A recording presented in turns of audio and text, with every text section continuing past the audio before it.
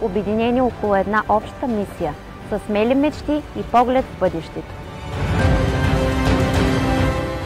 Като общински съветници ние ще работим за създаването на устойчив механизъм за развитието на младите хора, като социален капитал на община Шумен и гарант за просперитет.